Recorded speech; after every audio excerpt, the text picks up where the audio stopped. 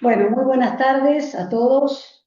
Les agradecemos muchísimo a los que están siguiendo por el canal de YouTube de la Academia y nos acompañan en la sede y por el canal por el Zoom de la Academia, los académicos Olga Paterlini, Berardo Duchovne, Daniel Chela, Gerardo Caballero, Heriberto Allende, José Míguez, Carlos Hernáez, Daniel Becker, Fernando Díez y Mirta Levín.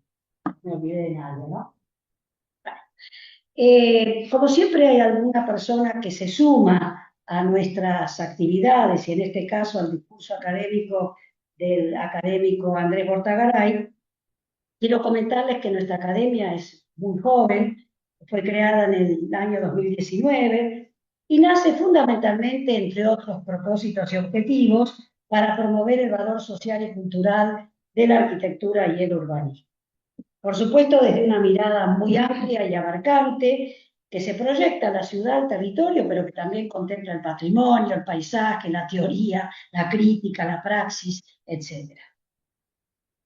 Aunque parezca mentira, hasta ese momento, hasta el 2019, no existía en nuestro país una Academia Nacional de Arquitectura y Urbanismo. Y evidentemente había una pata floja porque no había una academia que representara a todas las facultades y universidades y sobre todo a los arquitectos y arquitectas en la Argentina. Es decir, nuestra profesión, como siempre nos dice Carlos Arnáez, el mentor y el creador de esta idea de crear una academia, no tenía una academia correspondiente. Con ese espíritu nace nuestra academia. Y yo diría que la fundan 20 académicos de número, pero siempre tuvimos la convicción de que tenía que tener un alcance federal. Y en ese sentido, les comento que hoy hay académicos de Corrientes, de Tucumán, de Córdoba, de Santa Fe, de Mendoza, de Misiones, de la provincia de Buenos Aires, de Entre Ríos y de Cava, llegando a ser hoy 31 académicos y 4 que se van a incorporar este año, con lo cual llegamos a 35, de los cuales 6 son eméritos. Y también tenemos 2 académicos honorarios. Uno es el arquitecto Pablo Katz, que fue ex presidente de la Academia Nacional de Arquitectura de Francia, y el arquitecto Román Fernández Vaca, que es el alcaide del Alcázar de Sevilla, que también tiene una gran trayectoria académica. Evidentemente vamos a seguir para lograr una mayor representatividad con ese afán de ser realmente de alcance federal. Quiero presentar a nuestro académico que se incorpora en el día de hoy, dando su discurso, Andrés Bortagaray. Andrés es doctor en urbanismo por la Universidad de la Sorbonne Nouvelle, es egresado de la Escuela Nacional de Administración, Francia, y arquitecto por la Facultad de Arquitectura, Diseño y Urbanismo de la Universidad de Buenos Aires. Es director de la Maestría en Sustentabilidad en Arquitectura y Urbanismo, la SAO, de la Facultad UBA, y presidente de la Fundación FUR. Desarrolla además una actividad docente en distintas universidades. Su trayectoria profesional y académica se desarrolla en la articulación entre investigación, políticas públicas y formación de posgrado, con especial énfasis en movilidad, espacio público, ambiente urbano y políticas urbanas, desde una perspectiva interdisciplinaria. En el ámbito de la gestión pública se desempeñó como subsecretario de Descentralización, Transporte y Planeamiento Estratégico en el gobierno de la Ciudad de Buenos Aires, al que también representó en la Agencia de Transporte Metropolitano. A nivel internacional, Andrés fue director para América Latina del Instituto por una Ciudad en Movimiento y miembro de su consejo científico. En el año 2022 fue seleccionado como fellow de la Fundación Francia-Japón de la Escuela de Altos Estudios en Ciencias Sociales y marcó fundamentalmente un rol en la cátedra Michelin de movilidad urbana. Andrés es miembro del Consejo Científico de la Bienal del Espacio Público y autor, editor y coeditor de numerosas publicaciones sobre ciudad, movilidad y espacio público. Asimismo, ha participado activamente en instancias de gobierno universitario y profesional y se ha desempeñado como presidente de la Comisión de Urbanismo y Medio Ambiente del Consejo Profesional de Arquitectura y Urbanismo. Andrés va a ocupar el sitial del arquitecto José Ignacio Díaz. Andrés, te damos la palabra. Muchísimas gracias, Nani. Buenas tardes a todos los miembros de la academia, a los que están presentes, a los que están online y a algunos amigos que están acá también.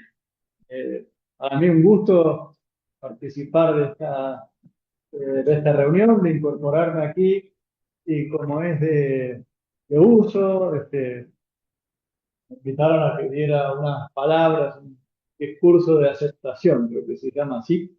Este, y voy a tratar de hacer algo como es. Eh, Quería proponer un tema, voy a poner una presentación, a ver si se puede ver mejor en la pantalla. Esta no es.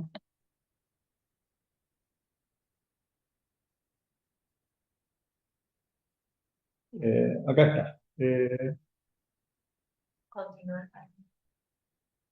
¿Querés que apaguemos la luz o no es necesario? Creo que está bien, ¿no? ¿Ustedes ven bien? Sí.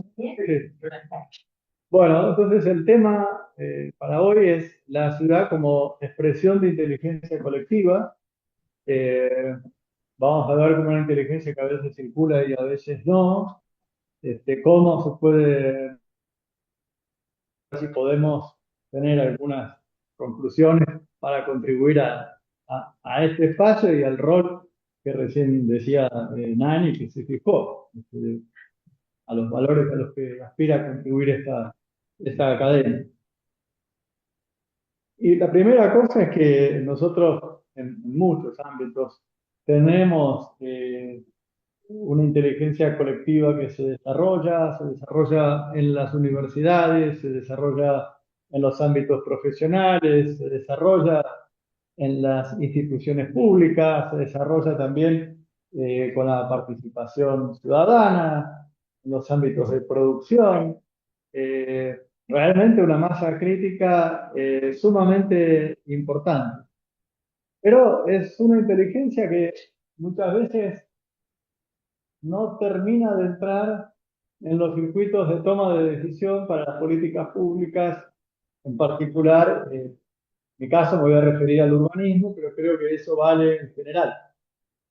Nosotros hablamos mucho, es una expresión que ya tiene muchas décadas en Argentina, cuando se tratan de movilizar ahorros que no entran en el circuito productivo, se habla del dinero abajo del colchón, de los dólares abajo del colchón, hasta algunos le ponen números, mezclan en eso con la metáfora del colchón, pero también que da vueltas por otros lados, que está en el exterior, y no quiero entrar en ese debate ahora, no, voy a decir nada.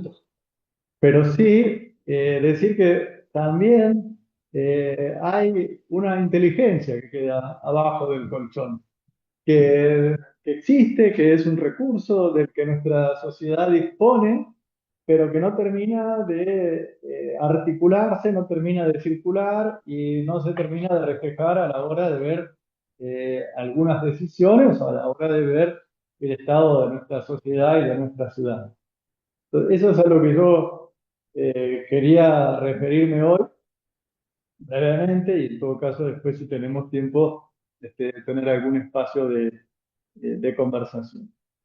Eh, pero en primer lugar quiero subrayar los ámbitos donde esta inteligencia colectiva se produce y lo primero que quería decir es que, como decía Nani en la apertura, la academia tuvo la gentileza de asignarme el sitial de José Ignacio Díaz, de Togo Díaz, y creo que su propia obra es un ejemplo de esta inteligencia que queremos poner en valor. Obras que contribuyen a la arquitectura, pero por su propia concepción no son piezas aisladas, sino que se integran en un sistema de la ciudad. Acá tenemos varios cordobeses en la mesa, así que lo conocen bien. Y también el hecho de que en la Nueva Córdoba eh, estos, estos edificios estuvieron asociados en parte, por favor corríjanme, a la apertura de la universidad, a la apertura democrática de la universidad, a estudiantes que venían del interior de la provincia y de otras partes y que algunos que han tenido la suerte de vivir lo recuerdan siempre con muchísimo cariño. Y que además contribuye a la ciudad desde todos los detalles y también como emprendedor de la construcción que fue y que le permitió junto a su socio concretar algunas ideas que hubieran sido difíciles de materializar de otro modo. Yo le agradezco a la arquitecta Silvina Moji y al autor de las fotos que está señalado, a González Viromonte, y al archivo del Nuevo Día por tener algunas de sus imágenes. Entonces, lo primero que quería decir es que Sitial es el nombre del Nuevo Díaz es un ejemplo de esta inteligencia para la ciudad. Quisiera decir otros ejemplos también eh, de cómo se contribuye a esto con la acción colectiva. Y este es el Parque Ferroviario de Colegiales, que muchos años fue un playón ferroviario abandonado de la ciudad, donde los vecinos del parque querían que tuviera algún uso público. Después, cuando vino la hora de poder abrirlo, que fue un aporte muy importante, hubo un gran debate sobre cuánto iba a ser para construcciones nuevas y cuánto iba a ser efectivamente para parque. Y eso, digamos, se terminó saldando gracias a la acción profesional, pero gracias en gran medida a la acción de la comunidad, a cómo se movilizaron grupos de vecinos articulados y lograron incidir en los ámbitos ejecutivo y legislativo de la ciudad para que con la última reforma del código quedaran nuevas parcelas afectadas para aquí. Bueno, esta foto es a la mañana medio temprano, pero cualquiera que vaya a esta hora, por ejemplo, está lleno de vida y eso es un ejemplo. O sea, no toda la inteligencia queda abajo del colchón, por suerte. Eh, Quisiera, para hablar de eso, también ver cómo se aprende la ciudad, eh, que es algo, un colega que está hoy en Roma, que fue director de asentamientos humanos de Hábitat de la Organización de Naciones Unidas, dice que un problema que hay con el urbanismo es que se termina estudiando en los cursos superiores de la formación universitaria y a veces, como él dice, cursos esotéricos de posgrado, como los que damos algunos de nosotros. Y ahí con eso estamos dejando afuera la oportunidad de involucrar a muchas más gente, de dejar afuera los primeros niveles de formación en un país como el nuestro, la mayor parte de los países de América Latina, con más de un 90% de población urbana, que esto, el aprendizaje de la ciudad, no sea algo que se incorpore más sistemáticamente a la formación, es un problema. Por otra parte, la forma en que los chicos experimentan la ciudad cambia totalmente. Han hecho experimentos cognitivos de aquellos chicos a quienes los padres los acompañan caminando o en transporte público y a los que vienen en auto, cuando les piden que dibuje su recorrido. Los que fueron caminando tienen muchas más cosas para dibujar. Los otros dibujaban los dedos del papá o algunas otras cosas en el volante o algunas otras cosas que veían. Y de hecho, también ahora con la pandemia, que hubo que inventar cosas nuevas, que no se podía entrar a las aulas, se redescubrió también la importancia de las horas de aprendizaje afuera del aula con todos los estímulos que tiene en la propia ciudad. Bueno, y en este plano hay tres ejemplos de la Asociación Internacional de Ciudades Educadoras, con la que tengo mucho intercambio. Esta fue una conferencia que se hizo en noviembre del año pasado, con participación de León en México, Curitiba en Brasil y Medellín en Colombia. Y cada uno tenía un programa desde la propia ciudad, no un programa universitario de formación sobre la ciudad. En el caso de León, como se ve en esta imagen, que era de unas rutas culturales y era, bueno, cómo generar una identificación de los habitantes con la ciudad, con lugares patrimoniales que muchas veces no veían tanto.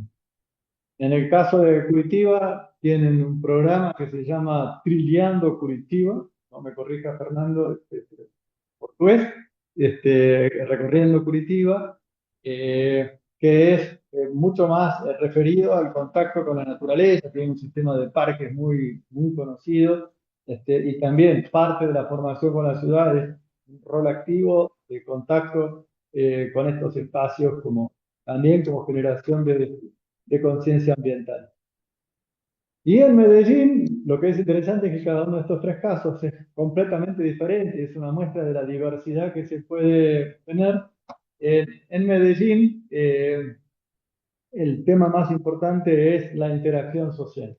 Ellos, como ustedes saben, vinieron de conflictos gravísimos, violentos, enfrentamientos armados, eh, narcos, paramilitares, etcétera, y hoy realmente lo han mejorado muchísimo dentro de un conjunto de intervenciones en la ciudad. Pero sigue siendo todavía parte de la acción pública, de un conjunto de innovaciones que han hecho en varios planos, cómo promover esta interacción social y tener un programa de formación de la ciudad específicamente destinado a eso. No es a lo físico, no es a lo natural, es a la interacción social. Si tienen para eso otros programas. Eh, y bueno, esta cuestión un poquito festiva de la Bienal del Espacio Público, pero es también cómo es esta relación de la ciudad con los chicos. Eh, en algunos de los capítulos de la Bienal el programa es aprender la ciudad y qué acciones se pueden promover en ese sentido que vayan mucho más allá de la tradicional. Hay, por ejemplo, una colega de la Sapienza que trabaja al mismo tiempo enseñando cursos de urbanismo para ingenieros y a los chicos de escuela primaria en un mismo entorno mezclando y sacando de eso algunos productos innovadores. Eh, pero claro, uno puede generar condiciones, generar el aprendizaje, desarrollar investigaciones, pero hay un punto fundamental que es cómo todo esto se articula institucionalmente, ¿no? Cómo estas acciones de alguna forma entran en resonancia a través de las instituciones públicas. Y acá, si bien muchas veces pensamos el urbanismo desde el diseño, desde el proyecto urbano, desde algunos de los ángulos múltiples que tiene de aproximación, hay una parte que tiene que ver con normas, que tiene que ver con finanzas públicas, que tiene que ver con procedimientos administrativos y de gestión, que si las subestimamos nos vamos a quedar sin capacidad de incidir debidamente en las políticas públicas.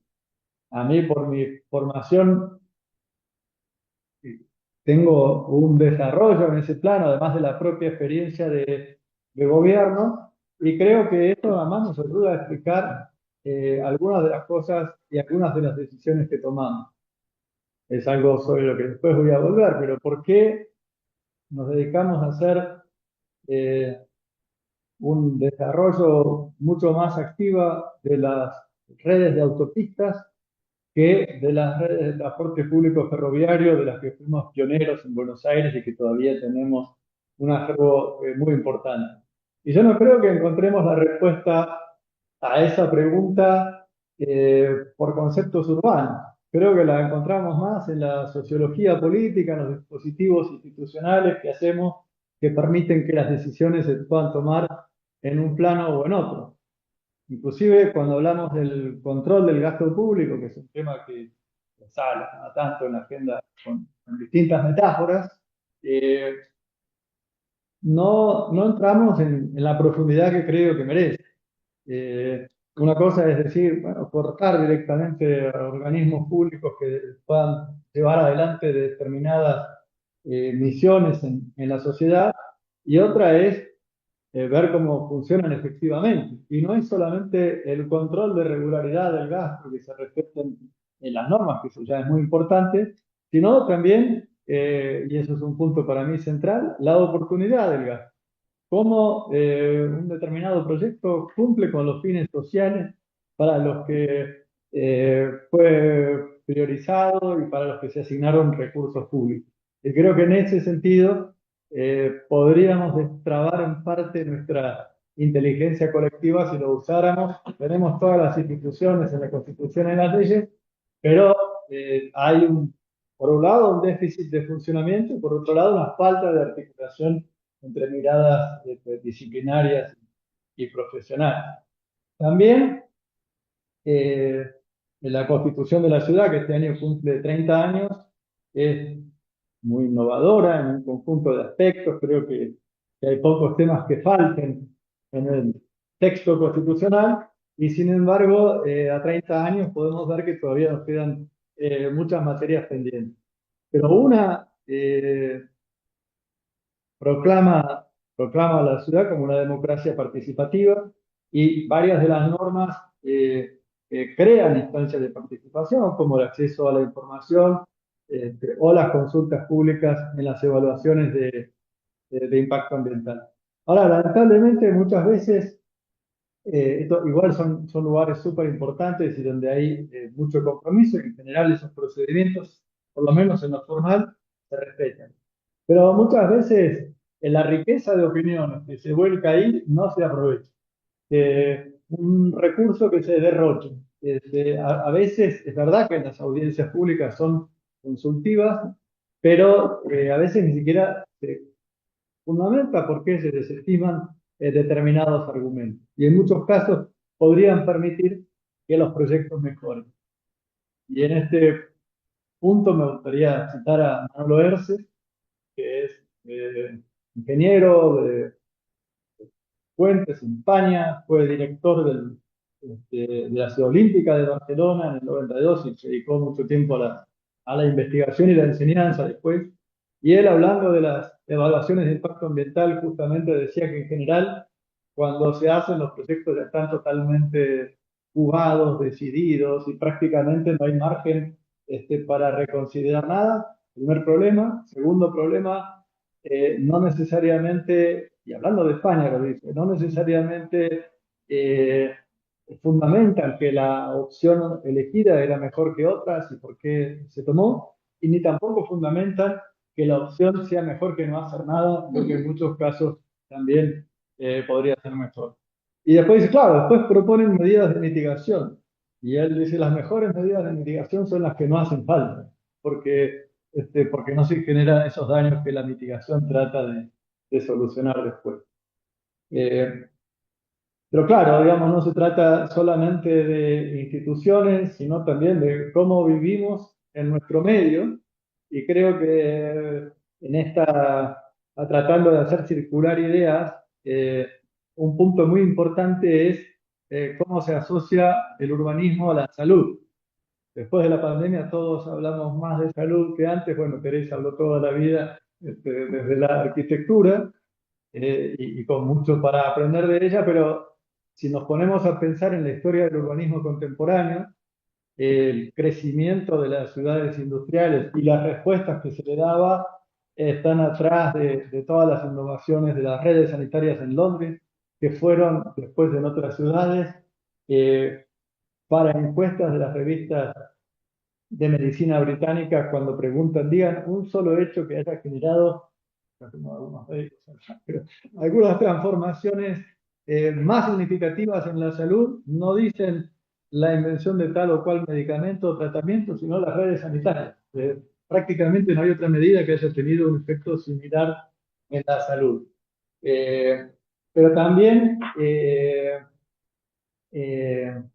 eh, más contemporáneamente, bueno, están los problemas de calidad del aire, los problemas de inseguridad vial, que son la principal causa de muerte joven en nuestras ciudades, y algunos temas a los que no son tan visibles, como es el que está en este plano, que es el mapa del ruido en la ciudad de Buenos Aires. que se hace en virtud de la ley 1540 y que muestra, fíjense que cuanto más oscuro, más azul, los niveles superan lo que está tolerado por la ley, que ya es bastante más tolerante que lo que dice la Organización Mundial de la Salud, que podemos soportar sin tener problemas graves de insomnio, desconcentración, eh, pérdida de capacidad de aprendizaje, inclusive afectación de ritmos cardíacos y pérdida de capacidad auditiva.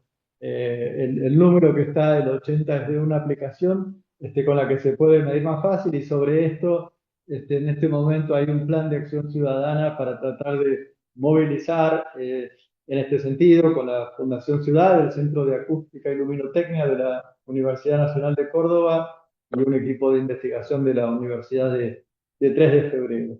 Pero es, digamos, subrayar también cómo somos capaces de poner finalmente las medidas que hay que tomar para esto, algunas son al interior de los edificios, o los dobles vidrios, o la separación, pero muchas tienen que ver con el medio ambiente urbano y pasan desde reducir las velocidades máximas hasta poner de controles, hasta claramente el tráfico es la primera causa, aunque hay también muchas otras. Eh, pero también eh, no se trata solamente de instituciones, no se trata solamente de generar mejores condiciones del medio, sino también, y ese es un punto que para mí es bastante central, cómo nuestra ciudad se organiza físicamente, cómo son las redes de transporte público y en este caso las estaciones, y cómo esos lugares que en algunos casos podrían quedar como lugares banales o estrictamente pensados como soluciones técnicas. Son lugares que merecen también tener una calidad de espacio público, una atención fundamental desde la arquitectura y una forma de mejorar la calidad de vida de cientos de miles de personas todos los días. Eh, Esta estación es, bueno, donde está la Biblioteca Nacional en París, es un proyecto de Antoine Grumbach que tiene toda una complejidad que no es el momento ahora de desarrollar, sí, sí de insistir en la importancia neurálgica que tienen estos espacios, que están un poco a caballo entre distintas escalas de intervención en la ciudad y que eh, pueden ser lo que determine que para quienes tienen la opción que quieran elegir el transporte público porque tienen una experiencia. Para los que no tienen la opción, si no hay condiciones buenas de accesibilidad, si no hay buenas de seguridad, bueno, directamente no van a poder usar el transporte subterráneo. En este plano, tuvimos la suerte de hacer desde una asistencia técnica de la universidad, con la arquitecta Silvia Faje, Leopoldo López Navajas y María José Smith, y para la Secretaría de Transporte una especie de atlas de guías de diseño de estaciones para redes de subte en el mundo y aprendizajes también en la propia ciudad de Buenos Aires, para el que haya tomado, por ejemplo, un cruce de la línea H con la línea D o con la línea B o con la línea A, seguramente puedo entender bien que a pesar de que son muy buenas estaciones, hay cuestiones de diseño que podrían mejorar muchísimo si las incorporamos como aprendizaje cuando se hagan nuevas líneas. Y hay una cuestión también técnica de las infraestructuras, que hablamos cuando hablamos de salud o cuando hablamos de transporte, pero es algo que está en permanente cambio.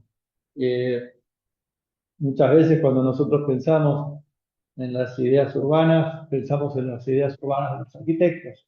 Y está bien que lo hagamos así, pero es verdad que hay cambios tecnológicos que vinieron por otro lado que transformaron completamente la forma de vivir en la ciudad. Por ejemplo, Westinghouse con la corriente eléctrica, Otis con los ascensores, no solamente los desarrollos técnicos, sino patentarlos, hacerlos comercialmente presentes en la ciudad. Hoy estamos con toda la discusión de cómo viene la transición energética, en parte por un problema ambiental, en parte para no tener tanta dependencia de las fuentes fósiles, sino que en estos días está en lo más alto de la agenda pública de las discusiones.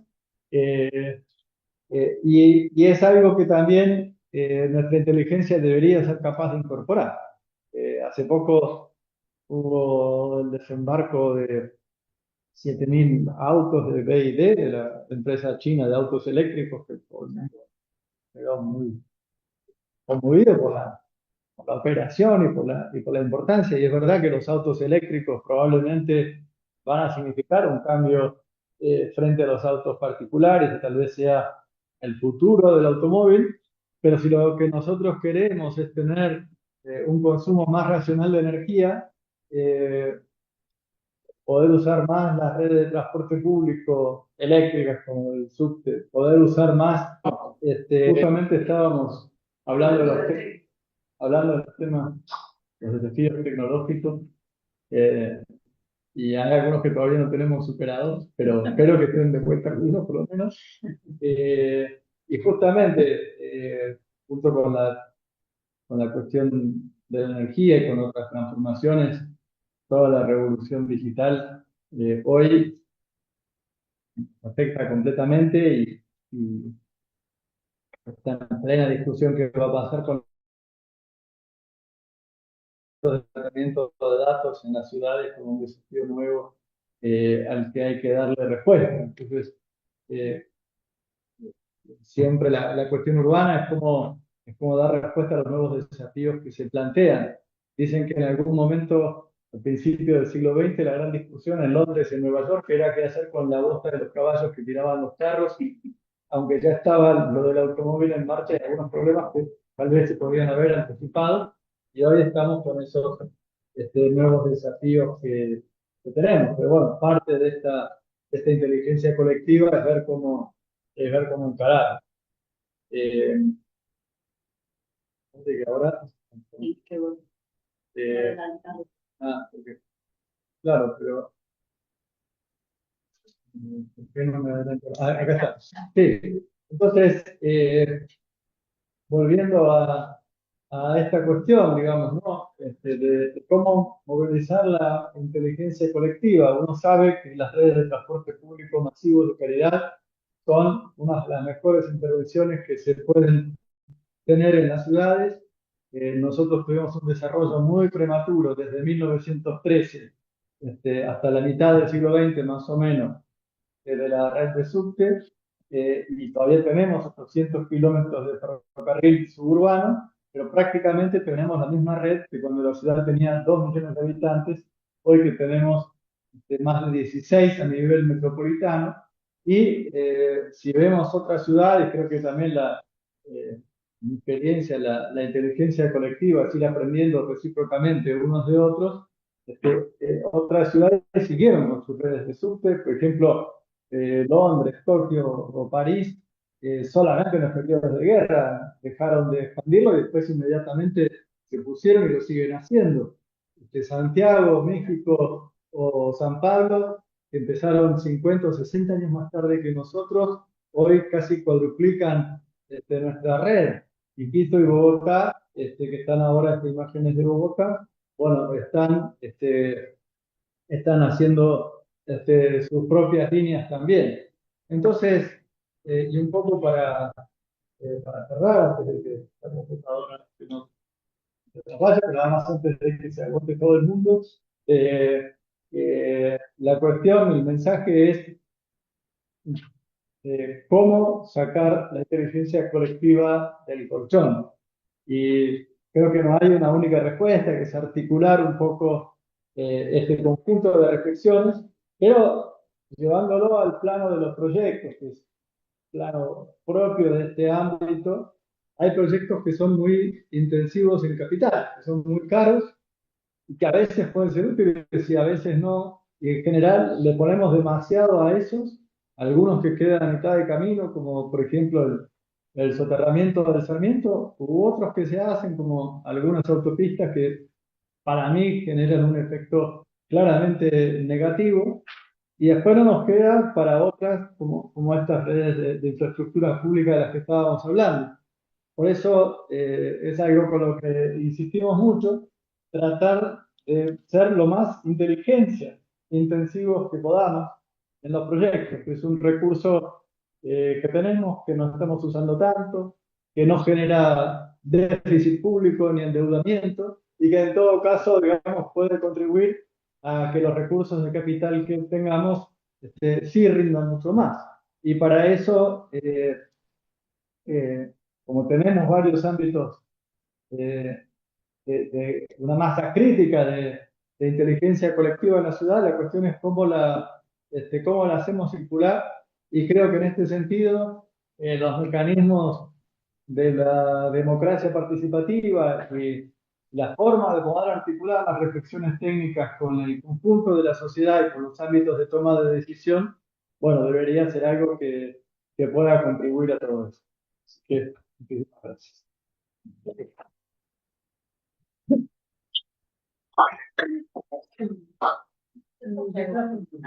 Bueno, muchas gracias, Andrés. Yo le voy a pedir al académico Carlos Arnáez que haga algún comentario sobre lo que hemos escuchado, que le otorgue formalmente la admisión a la sesión. A mí lo que más me interesó es la visión distinta de los temas de urbanismo en general. Yo creo que digamos, todo lo que planteaste al principio y fundamentalmente lo que más me impactó fue el comentario que hiciste acerca de la enseñanza del urbanismo en los primeros años de la facultad. Las facultades están teniendo, siguen manteniendo para mí, un esquema que es, digamos, virreinal casi en la enseñanza. Y creo que los cambios que se han generado, tanto en la profesión como en la enseñanza de la arquitectura, nos estamos quedando atrás con respecto a los otros movimientos que hay en el mundo. Y el hecho de que se pudiese replantear el tema del urbanismo de primera instancia, es que sería para mí uno de los grandes valores que se podrían agregar casi inmediatamente sin costo, viendo porque la mayoría de los costos que van agregados. Me parece que ese es un motivo, digamos, que podría ser un trabajo nuestro interno, que podemos llevárselo a las facultades, generalizando un poco con el tema. Este tema lo tomo como tema fundamental y dejo nosotros.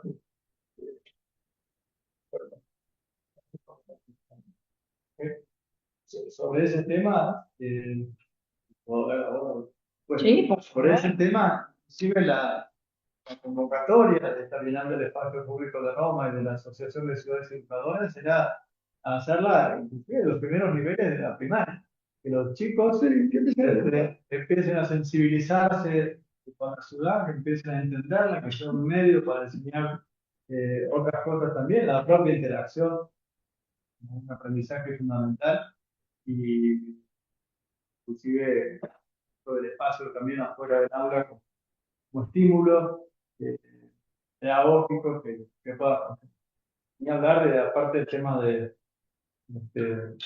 de cómo el ruido afecta a la enseñanza, pero este es otro tema. El ruido, yo hace tiempo que vengo, digamos, proponiendo, e incluso lo he escrito, el tema, porque para mí es fundamental. Yo vivo sobre una avenida que hace mucho ruido de Santa Fe, y a la mañana, a las 4 de la mañana, pasan los aviones que giran en el aeroparque para ir para el sur, y te pasa por arriba un avión a 400 metros de altura y te despertás.